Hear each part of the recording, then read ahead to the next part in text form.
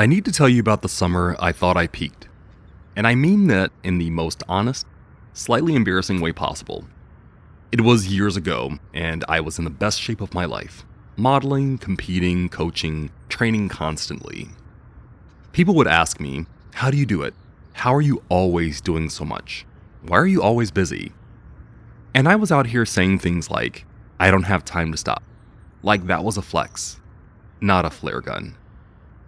I thought I had figured out the formula. Hard work, hours of work, discipline, reps, results, more effort, more output, more proof. I was the sun in my own sky. And in my mind, the sun did not rest. The sun did not slow down, the sun just burned. And to be fair, ambition wasn't the problem. Discipline wasn't the problem. Wanting a full life wasn't the problem. The problem was that I had stopped noticing the line between devotion and depletion. I had a 9 to 5, I was coaching, building training plans, sending meal guides, training almost every day, preparing for competition. And on days when I wasn't training hard, I'd sit for hours in modeling. And even though I found moments of deep meditation, I was still working. Because I could keep going, I assumed I should keep going. Until one morning, I woke up and could not get out of bed. Not dramatic, not cinematic, just empty. My body had hit a wall my mind had been ignoring for months. And the truth is, that had been the cycle for a while. Every time the days got longer, I pushed harder. Summer always feels brief, almost urgent. Like you have to live all of it immediately before it disappears. So I treated those months like a deadline, a race, a command to do more, be more, fit more life into less time. And eventually, I burned right through myself. The tank wasn't low. The tank had a hole in it. And I had been so busy performing peak that I missed every signal my body and mind were sending me. I didn't know it at the time. But what I was experiencing had a few names people use in different ways. Burnout, chronic stress, nervous system overload, and if we're getting poetic about it, the shadow side of summer. Today, we're talking about Litha, the summer solstice, the longest day of the year, the moment when light is at its fullest, boldest, most radiant. And also the moment right at the peak when it begins to turn. Welcome to Brain Boogerz. I'm MJ, and this is the Sabbat Series. Before we go any further, I want to be clear. What we do here at Brain Boogerz is educational. I'm not a licensed therapist, psychologist, or clinical practitioner. If anything I share today resonates and you think you might benefit from deeper support, please reach out to a qualified mental health professional. This content is not a substitute for professional care. It's a supplement to it. Like a really good vitamin. You still need the whole meal. Okay? We good? Let's go. If you've been with us in the Sabbat series, you know we've been following the Wheel of the Year, a cycle of 8 seasonal festivals drawn from pagan, folk, and pre-Christian traditions associated with parts of Northern Europe and the Celtic world. We started at Yule, then Imbolc, Ostara, and Beltane.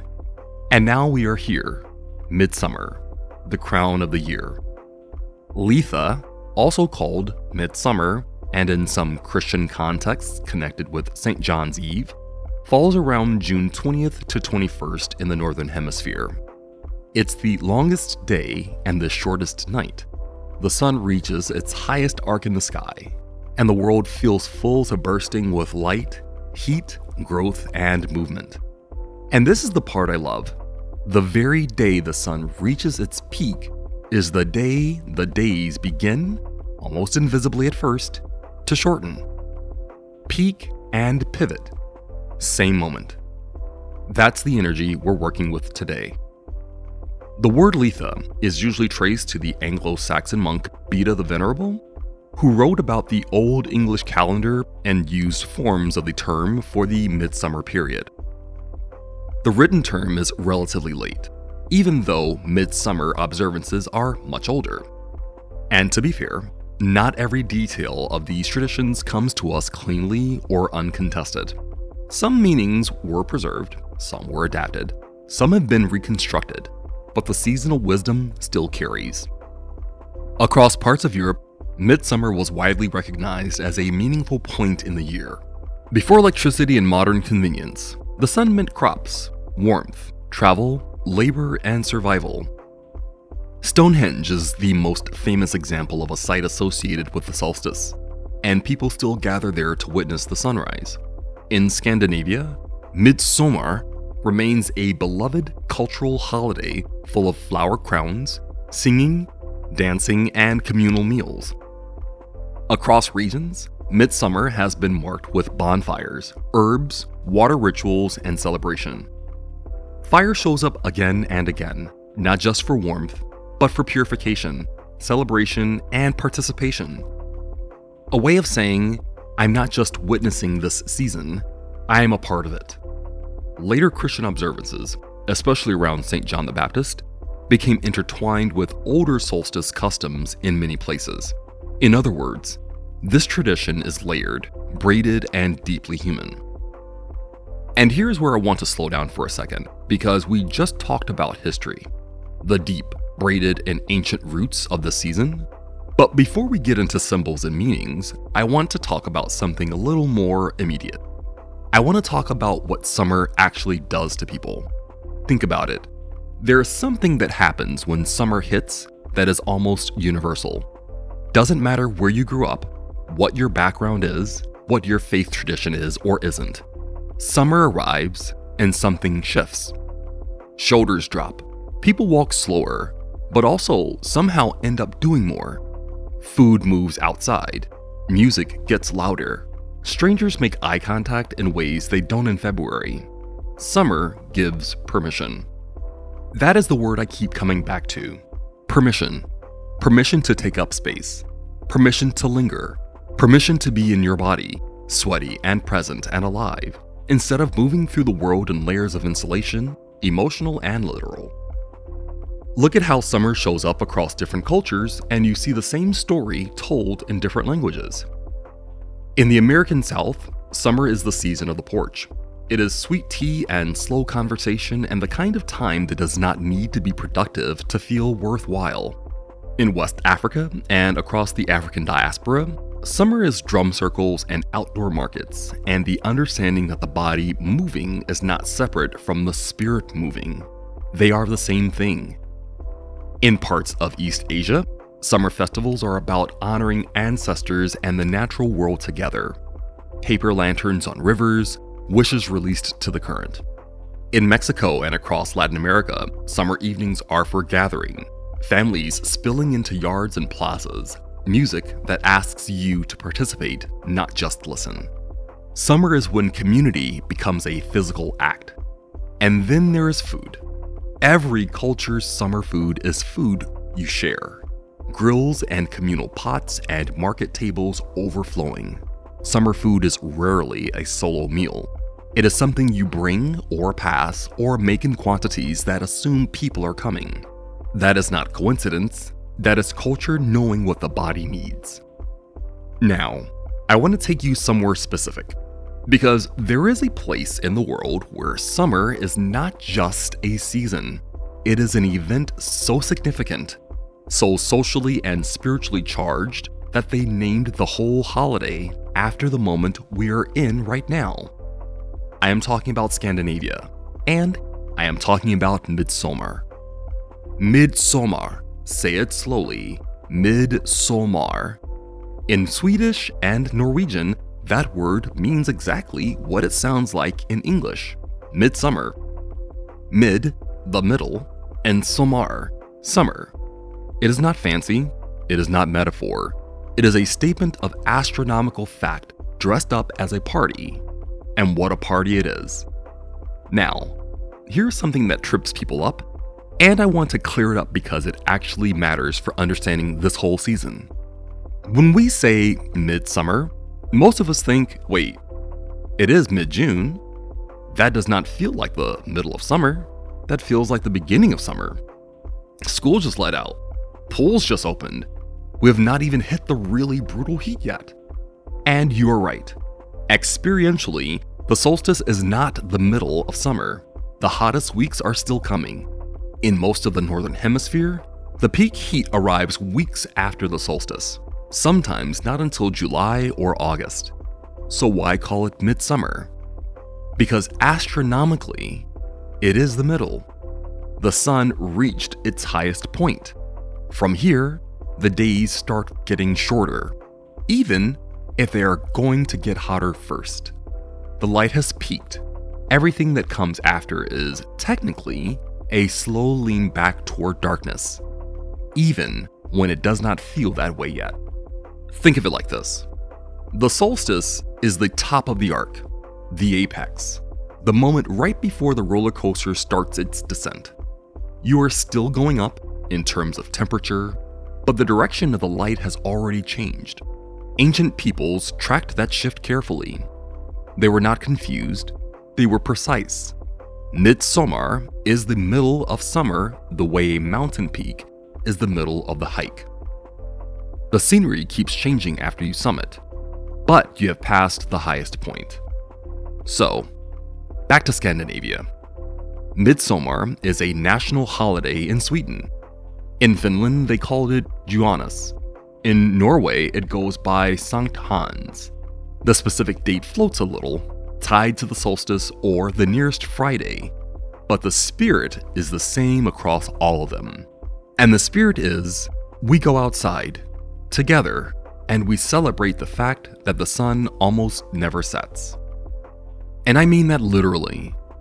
In the far north of Sweden, places like Kiruna, up above the Arctic Circle, the sun does not set at all around the solstice. It dips toward the horizon and then just keeps going. Midnight looks like late afternoon. It is disorienting. It is beautiful. It is the kind of light that rewires something in you if you have never experienced it. And the Scandinavians have built an entire culture of celebration around it. Here's what midsummer actually looks like, if you have never seen it. You start with flowers, specifically flower crowns, woven from whatever is blooming that week. There is a tradition of gathering 7 different wildflowers on Midsummer Eve and placing them under your pillow. The legend is that you will dream of the person you will marry. I am choosing to believe this worked for a lot of people, and was also a convenient excuse to spend a long summer evening picking flowers with someone you liked. Then there is the maypole, which, yes, I know I said maypole, but stay with me. In Scandinavia, it is a midsummer staple rather than a May Day staple. It is a tall pole decorated with greenery and flowers, and people dance around it in circles, singing traditional songs, holding hands. It looks chaotic and joyful and a little bit like something you would see in a storybook.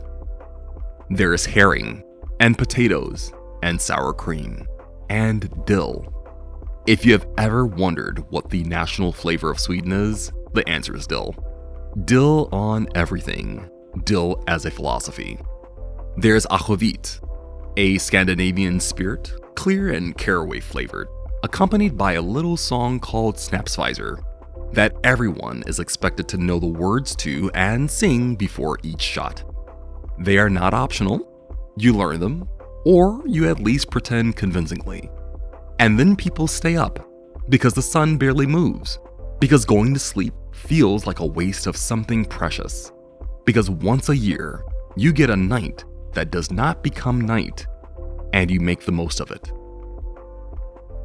What strikes me about midsummer is the intentionality of it. This is a culture that built an entire holiday around the conscious act of marking the moment, not letting it slip by unnoticed, not just sort of being aware that summer started, but showing up, flower crown, herring plate, aquavit in hand, and saying, "I see you, sun.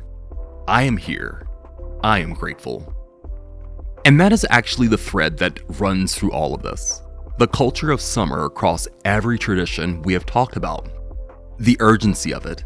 The way summer demands presence in a way that other seasons do not quite manage.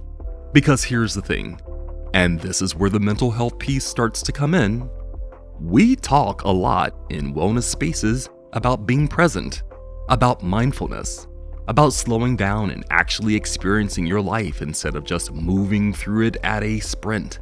And most of the time, that advice lands in November, in January, in the gray, contracted months when being present feels like an act of discipline. But summer does it differently. Summer creates conditions where presence is almost impossible to avoid. The light is too much. The warmth is too immediate. The sounds are too layered. Lawnmowers and birds and distant music and children doing whatever children do when they have been freed from school. Summer insists on you. The people who built midsummer understood everything we are still learning to name. That there are moments in the natural year when the world is inviting you, loudly, clearly, unambiguously, to show up. And the healthiest thing you can do is take that invitation seriously. We're going to talk about what that means for you personally in just a little while. But first, the symbols. Because Litha symbols are simple and profound, and they point toward the same truth from a different angle. Let's talk about the sun. At its apex, fully visible, nothing hidden. For me, this suggests the courage to show up fully. And of course, visibility is not equally safe for everyone. For some people, survival has required staying guarded or strategic. So if visibility does not feel freeing to you, that does not mean you are doing it wrong. Fire. Fire warms, gathers, and transforms. It can symbolize the change that turns raw material into something new. Oak and holly. In modern pagan interpretations, Litha is associated with the turning from the Oak King to the Holly King, the shift from expanding light to the waning half of the year. Strength at its zenith, making room for change. And then there's herbs and water. Midsummer herbs and dawn water or dew both show up in seasonal traditions as symbols of healing, blessing, and balance. Look at all that. Sun, fire, root, water, peak, transformation, tenderness. That is Litha. So, what can you actually do to mark Litha? Whether you're spiritual, religious, secular, skeptical, curious, or just someone who likes a meaningful seasonal reset. You can rise with the sun. You do not need an all-nighter, just wake up a little early, step outside and witness the day arrive. You can light a candle or a fire and ask yourself, what am I celebrating? What am I releasing? What do I want to carry into the second half of the year? And if ritual language is not your thing, think of this less as ceremony and more as intentional attention.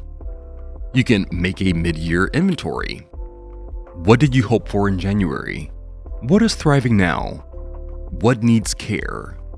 What needs pruning? Spend time in the sun intentionally. A walk without earbuds. Sitting in a garden. Lying in the grass. Let your body actually register daylight. Gather or create. Share a meal. Sit around a fire, paint something, write something, make a flower crown if that delights you. Shadow work meditation. Ask yourself, what do I avoid looking at even when things are going well? And if none of this feels spiritual to you, that doesn't disqualify you. Seasonal reflection belongs to anyone with a body, a calendar, and a life that changes. Okay, now this is the part I really want to sit with you in. Because this is where Litha stopped being an interesting seasonal idea for me and started becoming something I actually needed. We live in a culture that is obsessed with peaks. Peak performance, peak season, peak you. Get to the top, stay at the top, stay visible, stay impressive. The message is everywhere. Be the sun at high noon. Maximum output, maximum brightness, maximum proof. And to be clear, not every season of high output is unhealthy. Sometimes, we do have intense stretches that are meaningful, chosen, and worth it. The point is not to fear intensity. The point is to know the difference between intensity that is sustainable and intensity that is quietly costing you more than it gives back. Litha offers a counter message. It says, the peak is real, and it is worth celebrating. but the peak is also a pivot. Both things can be true at once. There's a concept in performance psychology called the Yerkes-Dodson law. In simple terms, performance tends to improve as activation rises, up to a point. After that point, more pressure stops helping. It starts hurting. The top of the curve is not the maximum, it's the optimum, the sustainable zone. When I burned out that summer, I had confused maximum output with best functioning. I had confused the height of the arc with the destination. And this is where the shadow work comes in. The shadow is not just the bad stuff. It can also be the vulnerable stuff, the grief, the limits, the needs, the tenderness we ignore while we're busy performing. At the peak, when things are going well, when you are strong and visible and producing, the shadow can get very quiet. But it does not disappear. It just gets shorter. It tucks itself under you. And Litha is the invitation to look down. At your most lit up moment, what do you choose not to examine? What fear do you outrun with busyness? What relationship do you neglect when you're in your zone? What need do you pretend not to have when you're performing strength? These are not comfortable questions, but they are generous ones, because the shadow you acknowledge in summer is less likely to ambush you in winter. I also want to bring in the SCARF model: status, certainty, autonomy, relatedness, and fairness. Think about what happens at a peak moment in your life. Status is high, certainty is high, autonomy is high, relatedness may feel high, fairness can feel high too, like your effort is finally paying off. And then the season turns, maybe gradually, maybe suddenly. The recognition changes, the certainty blurs, the room gets quieter. And your nervous system is responding not just to what is happening now, but to the contrast between now and the peak. That drop can feel bigger than the circumstance itself, because loss is rarely felt in a vacuum. It is felt against memory. Litha, to me, is an invitation to tend those inner supports before the turn. To build internal scaffolding so that when the days shorten, you are not shocked by it, you are not defined by it, you're ready for it. Concretely, who is in your life that is not just there for your success? What certainty comes from your values, not your visibility? How do you practice autonomy when external validation gets quiet? And what helps you feel connected when you're not performing? And one more thing. In some symbolic tellings of the wheel, Litha is the moment when the Oak King steps aside for the Holly King. Peak energy that knows when to turn. Success that does not mistake transition for failure. That version of strength is not something our culture teaches very well, but it may be one of the wisest things the season has to offer. The fire does not fail when it burns lower. It transforms. And if you come from a Christian background or any tradition where seasonal practices can feel complicated, I want to speak to you for a moment. John the Baptist, whose feast falls just after the solstice, is the one who says, "He must increase and I must decrease." The herald who stands at his own threshold and willingly turns the spotlight. That is a profoundly midsummer-shaped teaching. And light, the metaphor at the center of midsummer, runs through Christian scripture and many other traditions as well. Light is not owned by one path. It is one of the shared languages of the human soul. So if you stand in the longest day and feel the warmth on your face, you may simply be paying attention to creation. And if this bridge does not resonate for you, that is okay too. You belong here. The wheel turns for all of us. We started today talking about a peak, my peak, the one where I burned through myself, and I want to revise that story a little. That wasn't the summer I peaked. That was the summer I learned what peak actually means. A true peak is not the moment when you have squeezed yourself empty. A true peak is the moment when you are so present, so resourced, so alive, that you have something to offer that does not cost you everything. That, to me, is the sun at Litha. Not frantic, not proving, just fully itself and wise enough to turn. So here's your Litha reflection prompt. What is at its peak in your life right now? And what is the shadow underneath it that you haven't looked at? You do not have to solve it today. Just notice it, name it, let it stand next to what is thriving and see what they have to say to each other. And if nothing comes to mind right away, sit outside this week in actual sunlight. Let yourself be quiet long enough to hear what rises. Because this season is not only asking you to notice what is fading, it is also asking you to notice what is flourishing, what is warm, what is alive, what is ready to be enjoyed, not just managed. You are allowed to celebrate what is working. You are allowed to feel joy without apologizing for it. You are allowed to let this season be generous to you. So if you take one thing with you from this episode, let it be this. You do not have to burn brighter to be worthy. You do not have to fear the turning.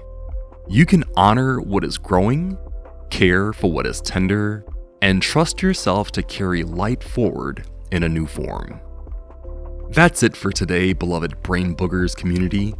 If this episode landed for you, please share it, subscribe, and leave a review wherever you listen. We are halfway through the Sabbat series. Next time, we move into Lamas, the first harvest. Until then, tend your fire, honor what is flourishing, trust that rest is not failure, meet your shadow with tenderness, and meet your light with gratitude too. I'm MJ, and this is Brain Boogerz.